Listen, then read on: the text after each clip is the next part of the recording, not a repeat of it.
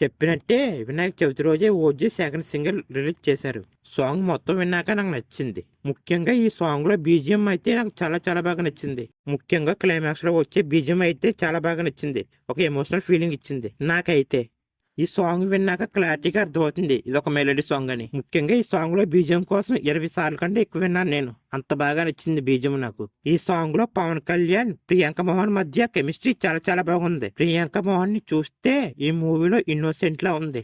ఒకవేళ ప్రియాంక మోహన్ కి మూవీలో పవన్ కళ్యాణ్ గ్యాంగ్స్టర్ అని తెలియదు అనుకుంటా. నాకు తెలిసి ఈ మూవీలో ఎమోషన్స్ కూడా వేరే లెవెల్లో ఉండొచ్చు. నిజంగా పవన్ కళ్యాణ్ లుక్స్ చాలా బాగున్నాయి అబ్బా ఈ సాంగ్ లో. ఒకవేళ ఈ సాంగ్ కానీ మూవీలో పెట్టకపోతే ఆడియన్స్ చాలా డిసప్పాయింట్ అవుతారు.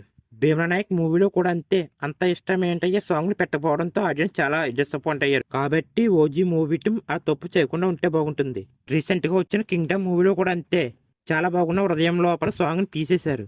అసలు ఈ మూవీ టీమ్స్ బాగున్న సాంగ్స్ ని ఎందుకు తీసేస్తారో తెలియదు మూవీలోంచి.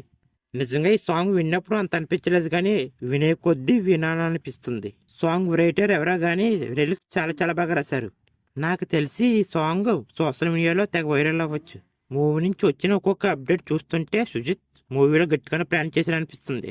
ఫస్ట్ రోజు తెలుగులోని హిందీలోని ఫస్ట్ టాక్ వస్తే మాత్రం ఈజీగా బ్లాక్ బస్టర్ అవుతుంది ఈ ఓజీ మూవీ. ఈ ఓజీ మూవీతో పవన్ కళ్యాణ్ సుజిత్ పక్కా కంబ్యాక్ ఇస్తారనిపిస్తుంది. చాలా మంది పవన్ కళ్యాణ్ హేటర్స్ వాగుతుంటారు. పవన్ కళ్యాణ్ కి 100 కోట్ల షేర్ మూవీ కూడా లేదని బాధపడకండి. ఈ ఓజీ మూవీతో మీ కోరిక పవన్ కళ్యాణ్ తీరుస్తారు. ఈ ఓజీ మూవీ టిక్టాక్ వస్తే చాలు ఈజీగా 700 కోట్లు కొడుతుంది. చూడాలి సెప్టెంబర్ 25న ఈ ఓజీ మూవీ బాక్స్ ఆఫీస్ వద్ద ఎలాంటి రికార్డులు క్రియేట్ చేస్తుందని. ఎనీవే హ్యాపీ వినాయక చవితి శుభాకాంక్షలు ఫ్రెండ్స్ అందరికీ.